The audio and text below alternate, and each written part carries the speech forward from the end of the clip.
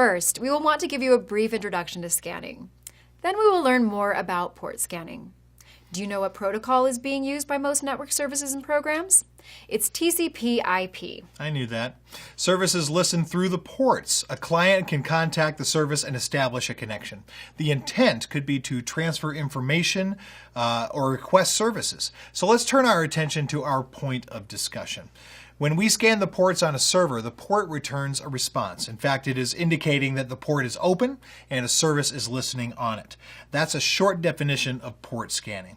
In this course, we will also discuss port scan tips, ping, TCP IP stack, three-way handshake, mechanism, TCP flags, Nmap TCP Connect scan, half-open scan stealth scan, and UDP port scan. We will also introduce a few scanning tools. Then we will briefly talk about packet crafting, OS fingerprinting, and TCP fragmentation scanning. We will conclude with a few recommendations on countermeasures you can take to prevent any hackers getting onto your vulnerable ports.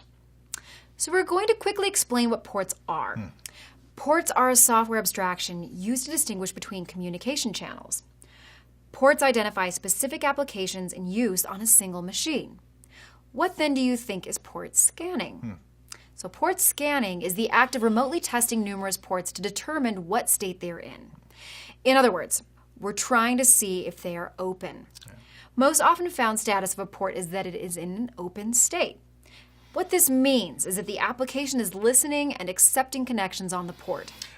PortScan is a simple software used to distinguish between communication channels. But before we proceed any further, let's compare ports to IP addresses. IP addresses are used to find the machines in a network. Ports are used to find a particular application on a single device. So you can have many ports on a machine for an IP and address. Let's talk more about common ports.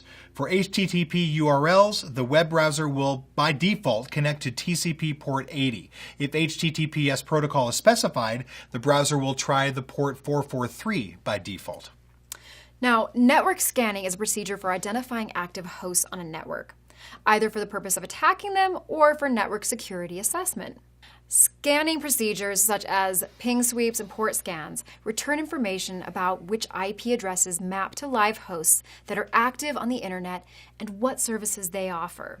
Another scanning method, inverse mapping, returns information about what IP addresses do not map to live hosts.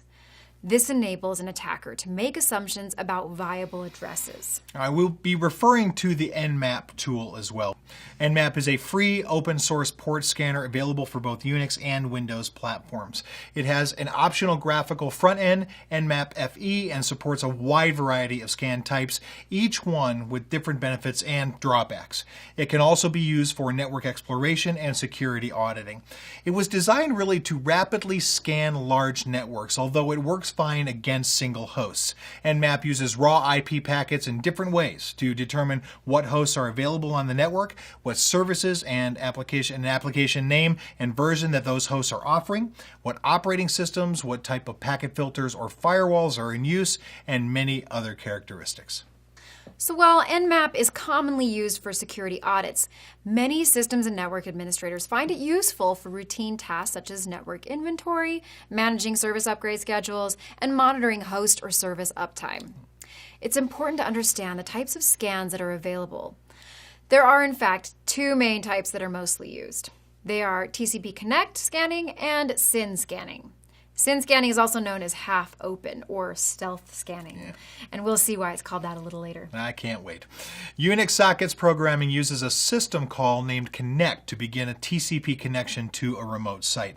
If Connect succeeds, a connection was made. If it fails, a connection could not be made. It could be because the remote system is offline, the port is closed, or some other error occurred along the way. This allows a basic type of port scan, which attempts to connect to every port in turn and notes whether or not the connection succeeded. Once the scan is completed, ports to which a connection could be established are listed as open and the rest are said to be closed. So this method of scanning is very effective and provides a clear picture of the ports you can and cannot access. If a Connect scan lists a port as open, you can definitely connect to it. There's a major drawback to this kind of scan. As we said earlier, It is very easy to detect on the system being scanned. If a firewall or intrusion detection system is running on the victim, it attempts to connect to every port on the system will almost always trigger a warning.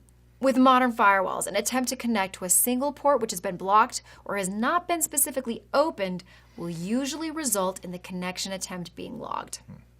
Most servers will log connections and their source IP, so it would be easy to detect the source of a TCP Connect scan. So for this reason, the TCP Stealth Scan was developed.